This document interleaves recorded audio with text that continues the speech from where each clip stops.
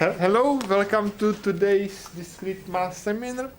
Our speaker today is Josef Cibulka, who will be speaking about obstacle number, which is joint work with Pavel Walter, his advisor, and Martin Balko, your academic brother, maybe something like that. Right? So, Pepa Cibulka, you can call him Pepa, right? Actually, Cibulka means onion, so Peppa the onion, small onion. Cibulka is small onion. And he got a PhD from Charles University a couple years ago. I don't know when, because I wasn't there at the time anymore. And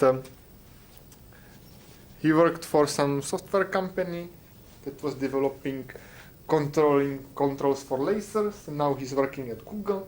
And he's doing a lot of discrete geometry stuff, so he will be talking about some of the discrete geometry research that he done. And I promised a story about when I first met Peppa. I didn't meet him, I just knew he exists. Right? When I was at middle school, the 9th grade, right? So the last year of middle school, there was like physics competition, like regional physics competition. So I participated, and then I was on 8th to 9th place, because I got the same number of points as some Cibulka, right? This guy, and I was very upset about it, because we were 8th and 9th, right? Same number of points, but they still had to put the people in the order, and because C is before L, his number came first, so I hated that guy for a couple of years. So damn, it's not fair. I did it next to okay. Anyway, so yeah. But then it was great when I discovered who Peppa is. I didn't connect those two Cibulkas until a couple of years later. And it was good because the department where Peppa got the PhD is like one of the fancy departments there. And say, oh, Peppa is going to the fancy department. I don't know if I can. Oh, but we got the same score at the middle school physics competition, so clearly if he can do it, I can do it. So I also went to the same department. Okay, so.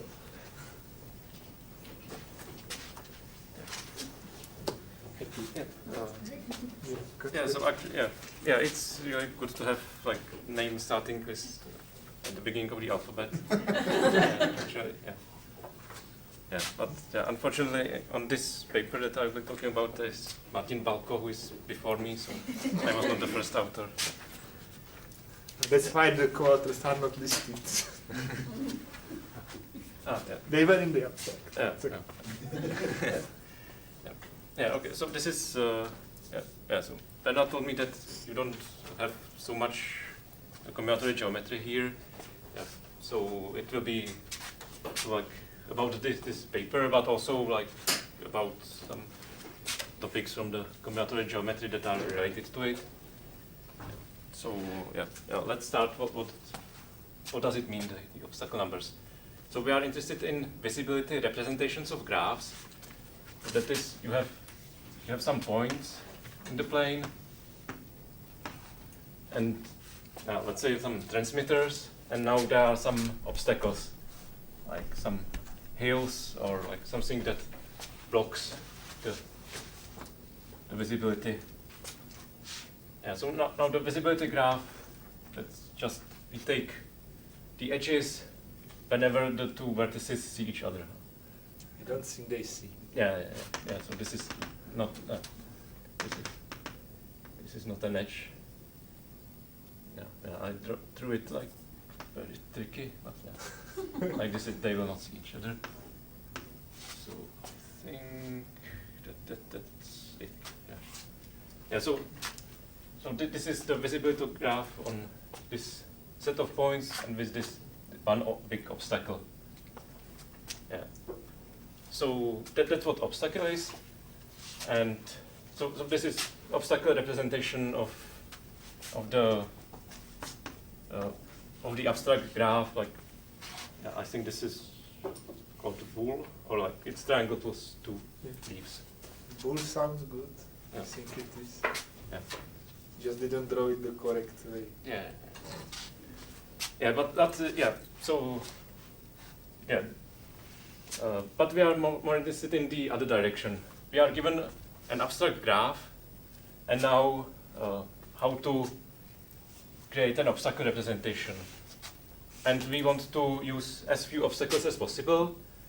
And yeah, I didn't say what obstacle is, so I want obstacle to be something that is some connected area in the plane. Yeah, that's one possibility. Another possibility is that I want it to be a convex area. Yeah, and one observation is that it can be, without loss of generality, a polygon. Basically, we can do some small changes, and it will be a polygon. Yeah. Yeah. So we are interested in the given abstract graph. Find a set of points. Find the as small as possible set of planar area, planar bodies, and that will be the obstacle representation, and obstacle number is the minimal number of obstacles that we need to use. Yeah, so a small exercise, like let's say we have a matching. So what is the obstacle number here? Convex or? Yeah, just the general one.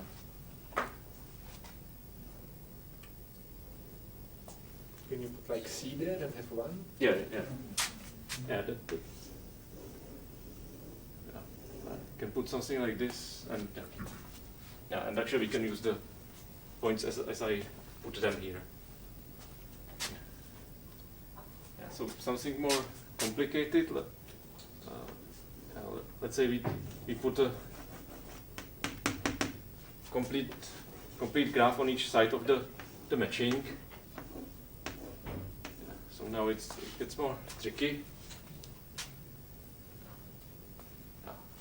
So how many obstacles do we need?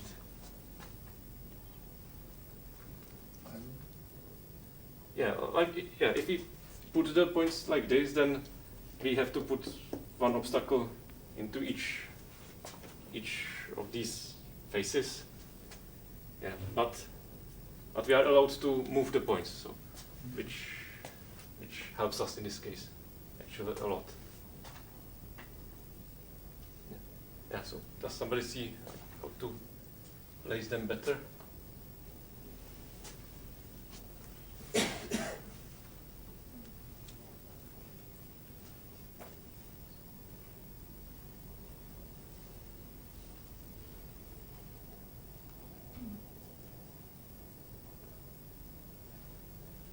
Yeah, so the trick is to reverse the order of points on one side, so that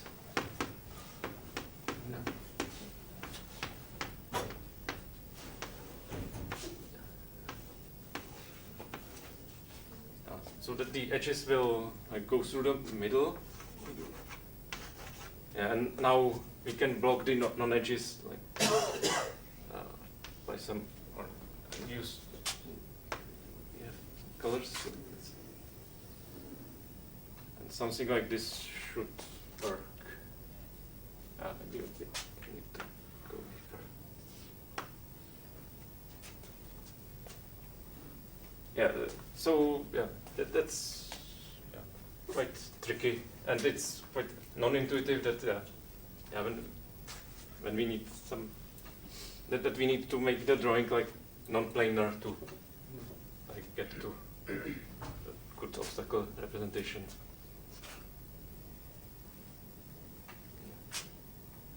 Yeah, and maybe so here the question was somebody asked if it's a convex obstacle number or the general. So can we do here like with one convex obstacle? And again we can move the points to big circle, and you just put vertices next to yeah, each other. yeah. yeah, again, we need to move the points to better position, and yeah, now we can put here a big triangle.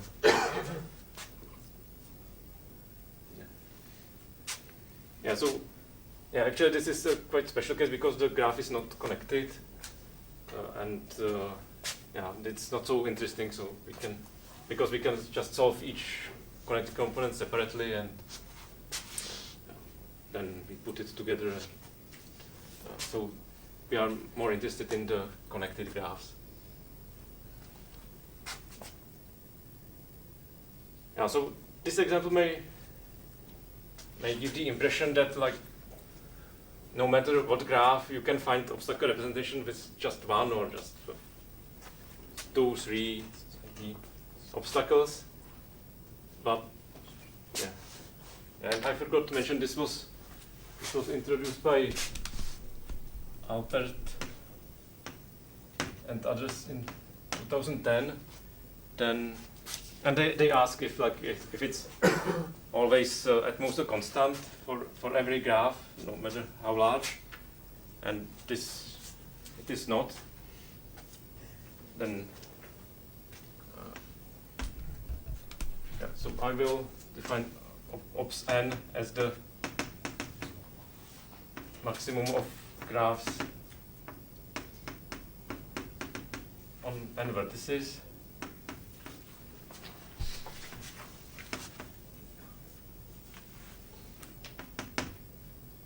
And studios show that it's not bounded by a constant. They showed, I think, something like logarithm of n, but then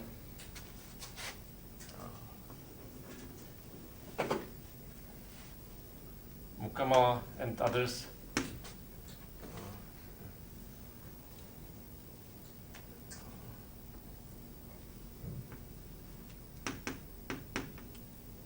show that it's at least almost n. And I will wait. I will show you a bit how this is proved. So yes. So basically, yeah, it may seem that we have plenty of possibilities. Like we can put the points wherever we want. We can put the obstacles can be also whatever. But yeah, they show that actually we don't have that many possibilities. Yeah, the first thing is that like the number of distinct graphs on n vertices is like 2 something like 2 n square. And then they show that if we have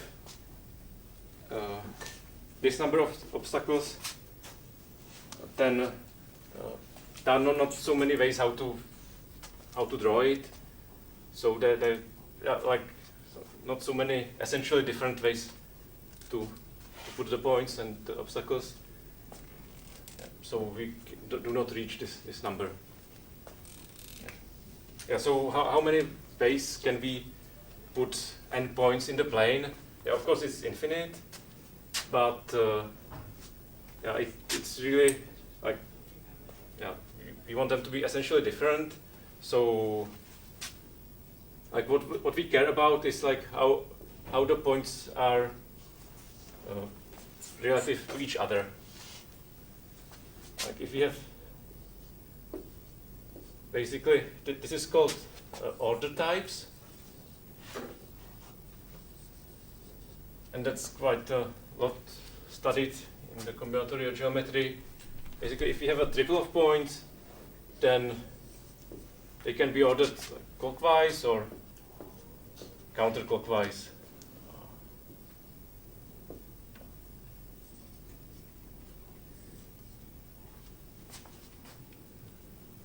Yeah, and if you look at the positions of all the triples, that's basically all that we need to know about the set of points. Because if we like move the points a little bit so that the order types do not change, then that's basically the same as what we started with, at least as far as the obstacles are concerned.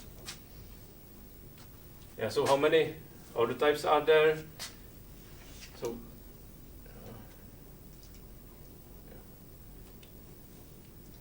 yeah, we can, like one way how to estimate them is that we are basically interested in we stand in one point and look at the order of the other points, and we do this for all the other points as well. So we have n factorial possibilities how to order, or n minus 1 factorial possibilities how to order the other points, and then we do it for every point, so 2n, which is something like 2n square log n. So yeah, that's more than this, so this will not help, but that's pretty bad estimate. Yeah, let's do something better. And the better way how to count the number of different order types is to use induction. So if you want to place a new point, then what matters is like what's its position with respect to every pair of other points. So we create lines, all the possible lines on the points. Well, there are many more, but let's stop here. And now what matters is only which cell in this picture the new point is.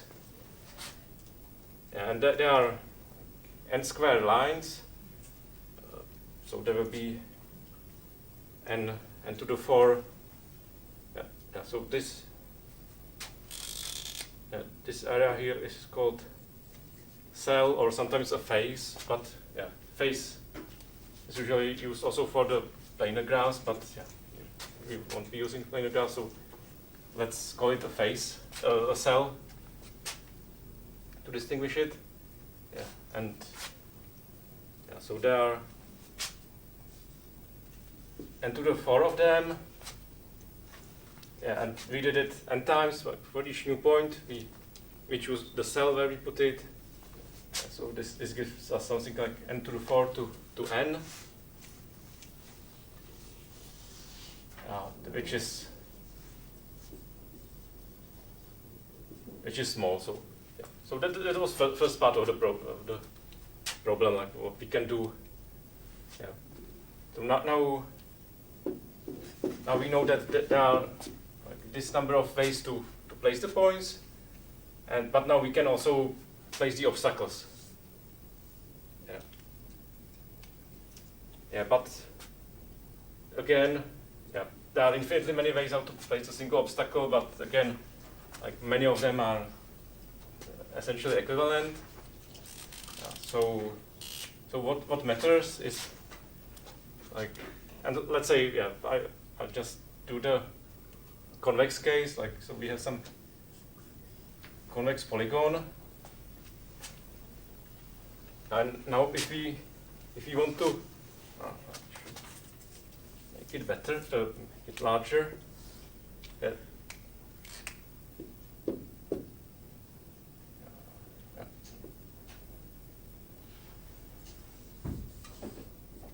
so now if you want some simple criterion to tell if like 2 points see each other, because that's what matters when we draw the obstacle, then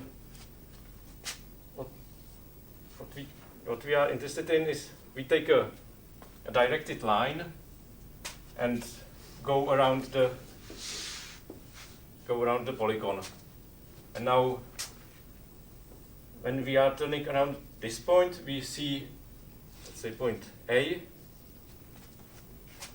and we see it in front of us, like if you look from here. And so here the sequence starts with A plus, Now we go around.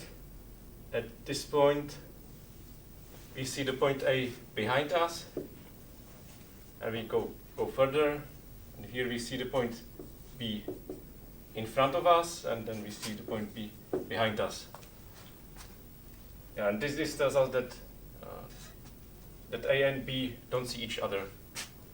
Yeah, because otherwise we would. Yeah, the sequence. If they saw each other, the sequence would be different. Yeah. So basically, what matters is only like it's only this sequence. Yeah. So then, so if we want to know which pairs of points see each other, we just need to write the full sequence, like with all the points. The C, D, so it A plus C minus 1, and so on. And from this sequence, we can, like, if we just take the subsequence on A and B, we will be able to tell if A and B see each other. If we take the subsequence on A and C, we will be able to see if A and C see each other. And yeah, so that's it. And how many such sequences are there? Yeah, that there are 2n elements, and yeah, they can be ordered arbitrarily. Yeah, so there are only 2n factorial distinct ways to place the obstacles, to place a single obstacle, if it's a convex. Yeah. So let's say we have h obstacles, then there are only like this many of ways to place the points. That's always the same. Plus, this is again like 2 to n log n. Yeah, and there are h obstacles, so it's h times this.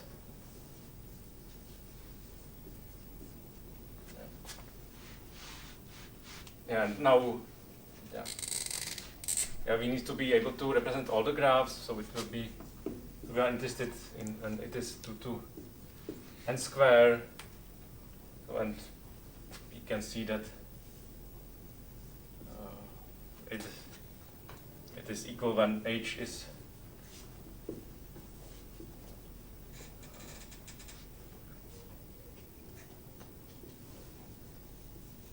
n over log n.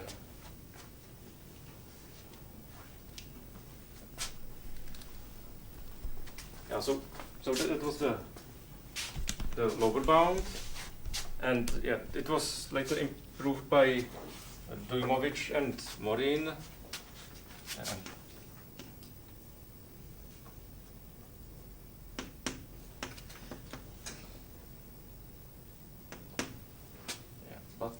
Now I think I didn't write this down, but it was something like n over log n square, if I remember it correctly. Yeah, but that's it. Now on the other hand, like there's trivially upper bound n square, because you can, like, for every non-edge you just place a single obstacle. Yeah, so but this was basically the only known upper bound.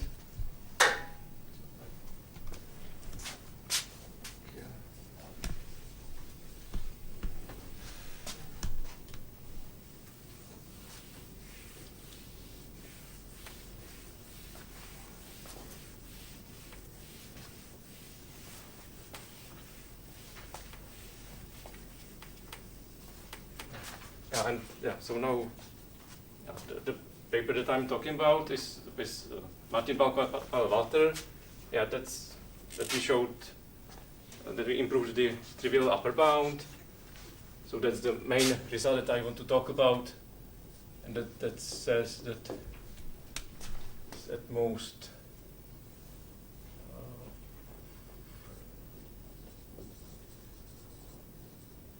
nlog n, maybe +1 or something.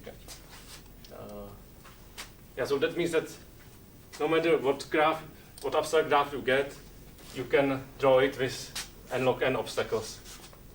Yeah, so this is pretty close to the lower bound. There's only the logarithm factors. Yeah, so how do we do it? Like the first trick, or the first idea, is to look at for bipartite graphs.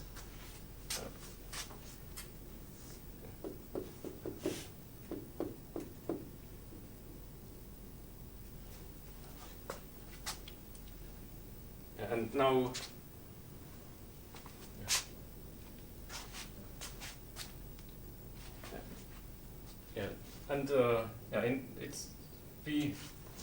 we place the points almost regularly, like and not as I drew them, but like really regularly, and but not completely. We do like really small changes, like the distances will be growing just a little bit. So if this is 1, this will be 1 plus epsilon, this will be 1 plus 2 epsilon, and this will be 1 plus 3 epsilon, and the same on the other side. And now, now let's see what happens if we put if we do the complete bipartite graph.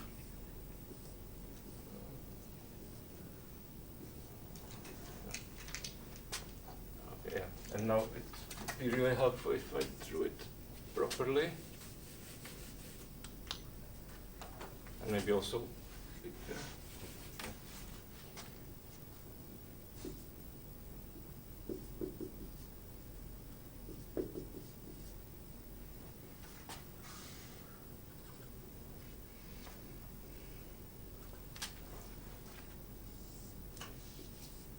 Yeah, and we'll be looking at what happens. Now I drew it nicely. So what happens in the middle column? Yeah. So, and the important thing is that here we have like a small cap. Like basically, all the edges are incident to this face. Like all the edges that meet in this point are incident to this face, and they form such a cap.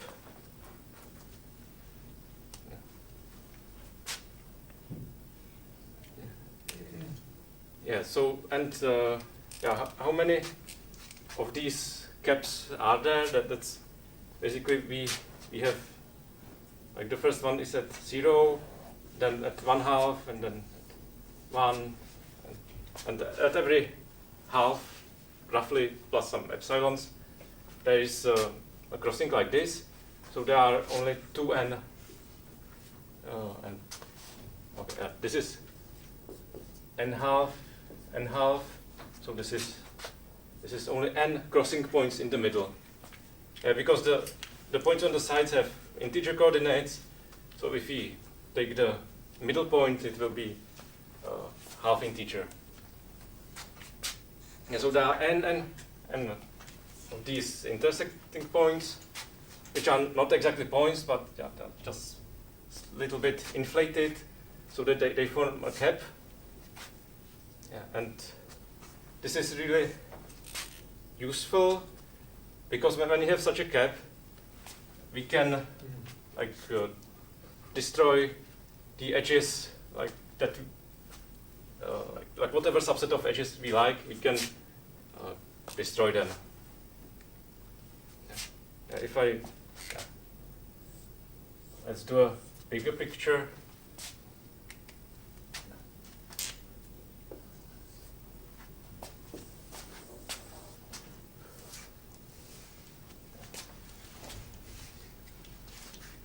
Yeah, so let's say that the graph that I was given does not have this edge and this edge, then simply what I do, I put the obstacle inside in the cap.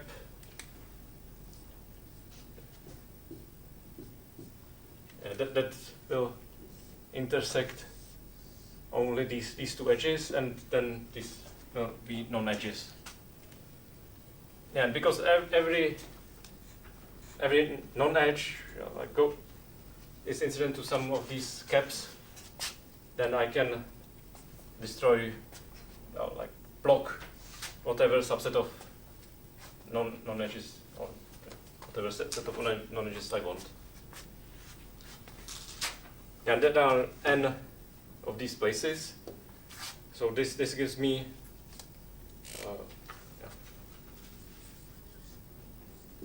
this gives me upper bound maybe something n minus 1. Yeah, because for bipartite graphs. And I skipped a bit that I need to block all the edges here, but I need just one big obstacle. Like all the edges between the within the partitions, but they are easy to block by one obstacle. Yeah, and this can be used for the level 0 as well. Yeah, so that's the first step. And now, but I promised like upper bound for all the graphs, and not so good upper bound, but So now what I do recursively.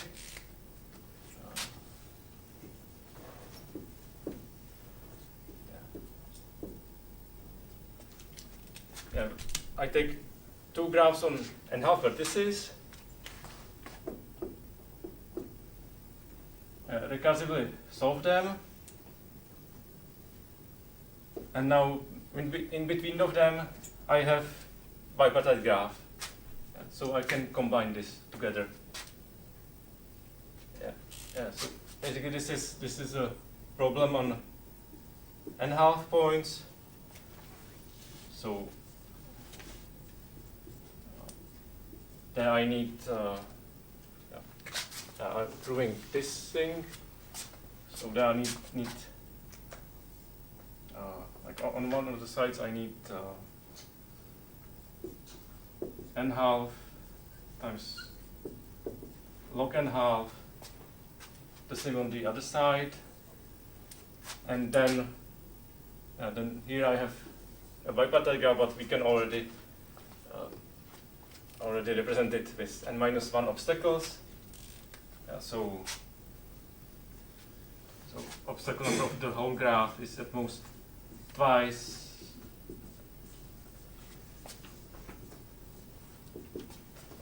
the value from the induction plus n-1. Which is like n times log n minus 1 plus n-1, which is n times log n. So that's it. I was I skipped like quite a few details here because here we already have some obstacles needed for the inductive step. And what would be really bad if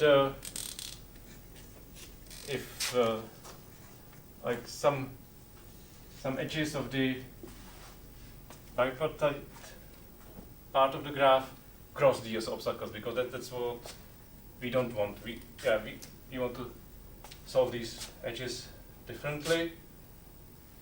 But this is I'll just do some hand waving, and because the details are quite complicated and not so interesting, but basically we just need to make sure that the distances between these points are grow properly, so that these obstacles will actually be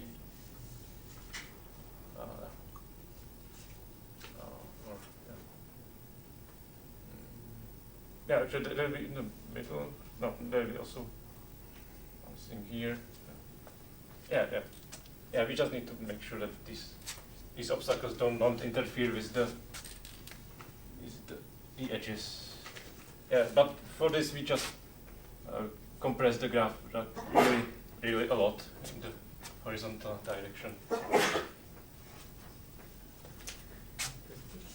Yep. So when you start like really from two vertices, so this big thing that surrounds the bipartite graph is not actually, because if you would use the big thing that surrounds the bipartite graph, you cannot combine these two constructions. Yeah, that's true. Yeah, I just don't do this. Checking if I understand. Yep. So you don't have the big thing Yeah. on the outside. Actually. Yeah, because I need to do something different on these two sides. Yeah, and I do it from the induction.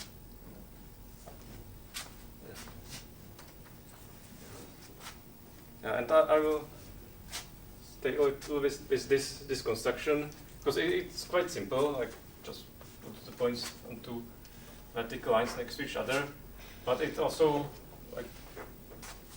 helps to solve or give some better bounds on a different problem.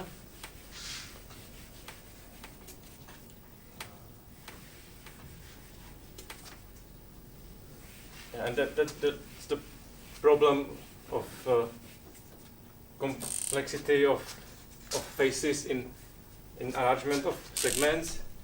So in this problem we are given segments with a limited number of endpoints. So typically some drawing of a graph, and not necessarily planar, typically not planar. We have some unknown number of segments, but we just know that they have at most n endpoints. And now what we and now we are interested in how many, or what's the complexity of the cells in this arrangement. So complexity of a cell, that's the number of edges that are on the boundary of the cell. So like here it's 4. I have here only cells with at most 4. This complexity at most 4. This is 3. And so on. So like now there are 1, 2, 3 edges, and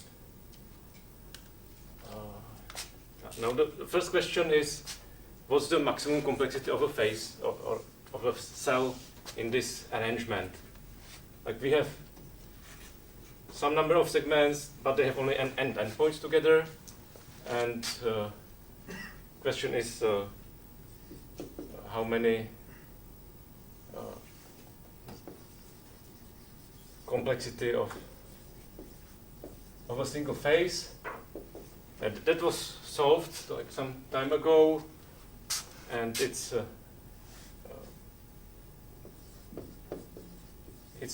nlog n.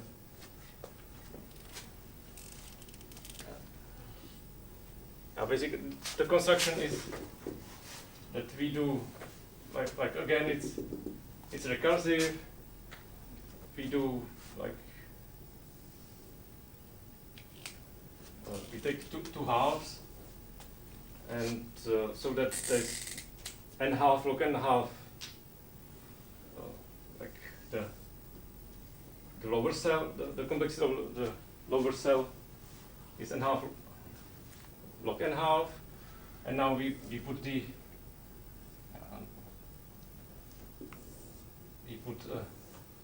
a matching here, and we put it better than I did, so okay, so that we have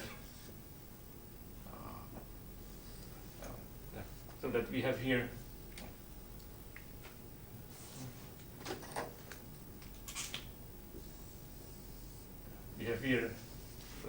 the lower cell touches all these n-half lines or segments from the bipartite part of the graph, and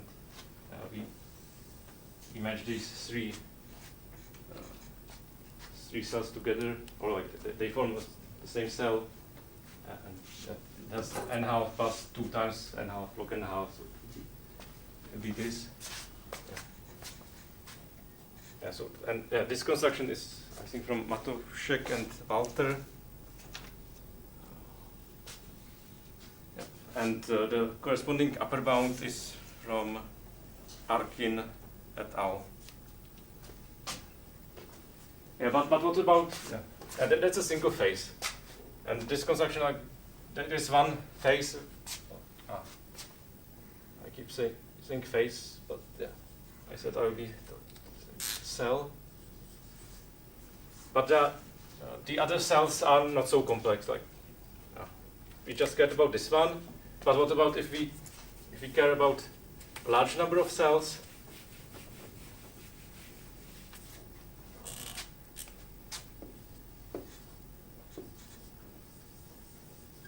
What's the sum of, or the maximum sum of complexities if we take m cells? Yeah, and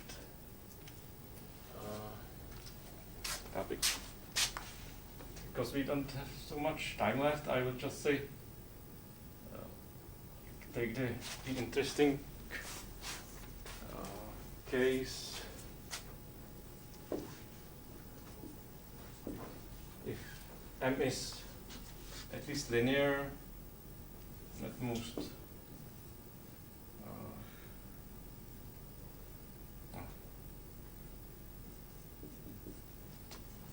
then we have, it was known that we have at most n2 4/3, n2 4/3. The complexity is at most n2 4/3 and m2 2/3, and what we showed with this construction is that it is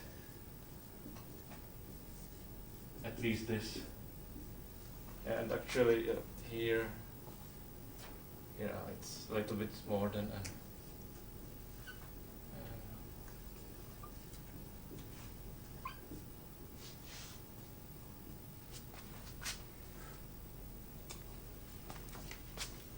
So this upper bound was by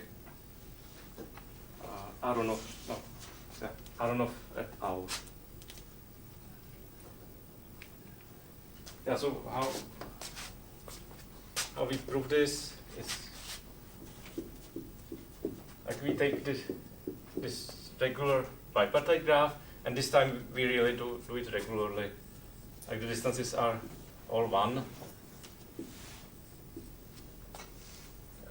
And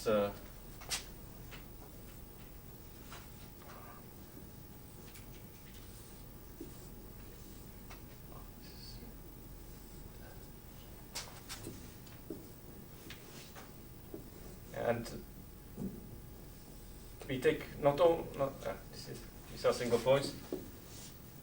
Sorry. This is, yeah, we don't do it regularly. We still take it.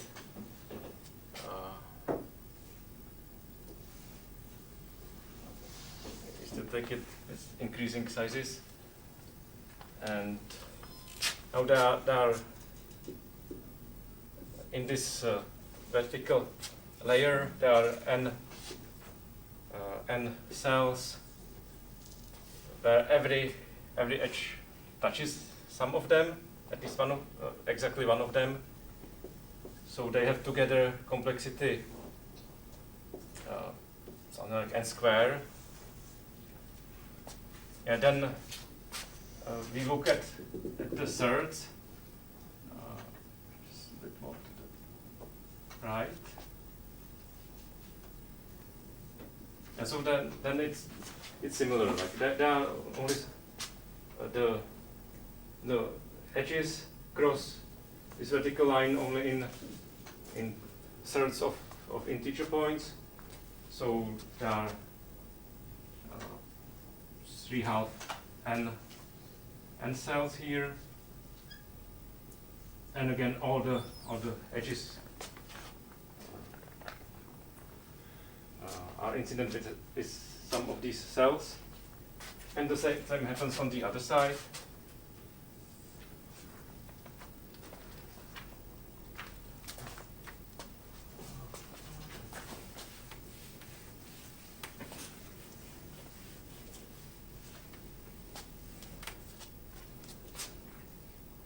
Yeah, and then we look at quarters and fifths and sixths and so on.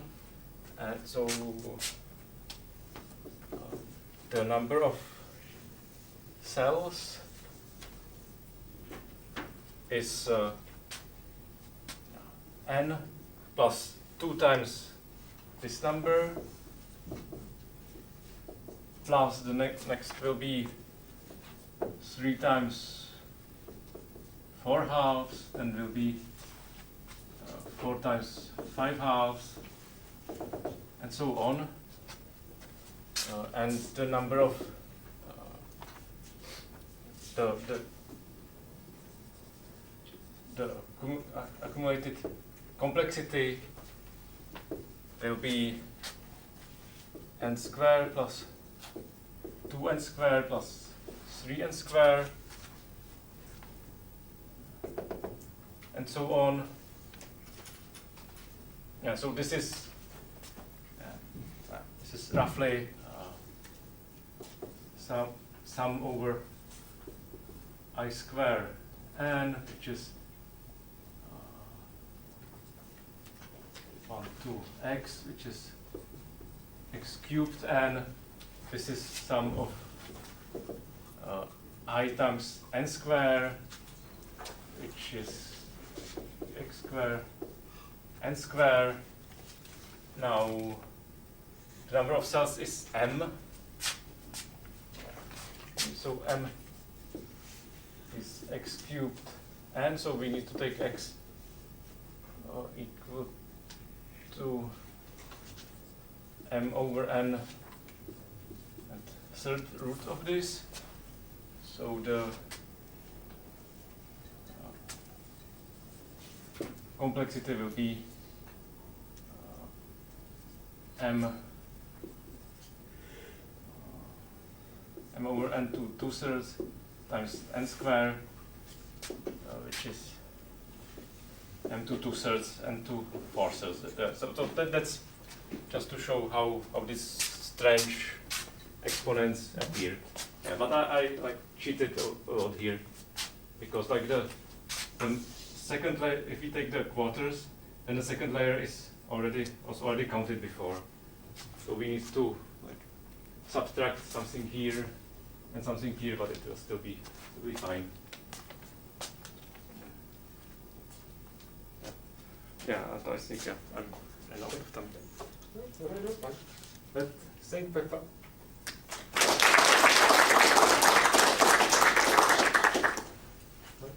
Questions for Peppa? Not talk? So it seems the method of solution really focuses much more on the geometry on both ends than the graph itself.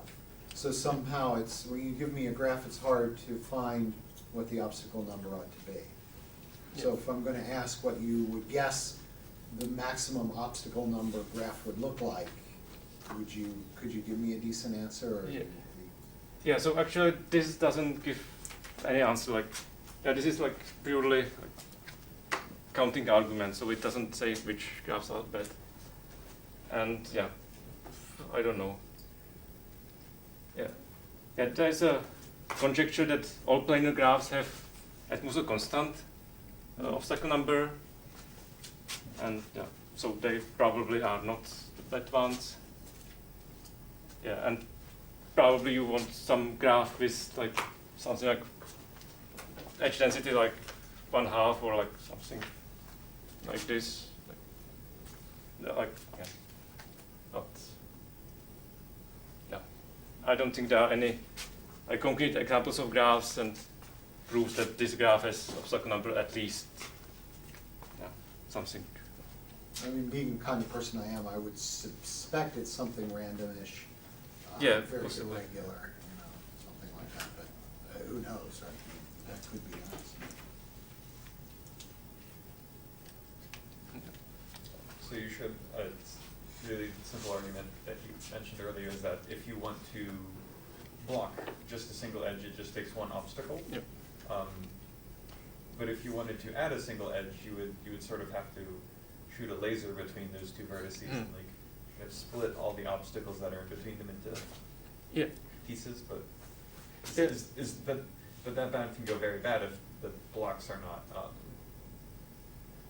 convex, for example. Yeah. So the idea is to start with a complete graph and then like block the non-edges, like to create the graph that we want. Yeah. The other way around. Yeah, like start with one big obstacle and then cut it. Yeah, that wouldn't work that well. Yeah. But I just mean like comparing the obstacle number of G and G minus E. Like there could be a like how big could that gap be basically? Yeah. That's a good question, and yeah. I don't know. Yeah, but it's a good question.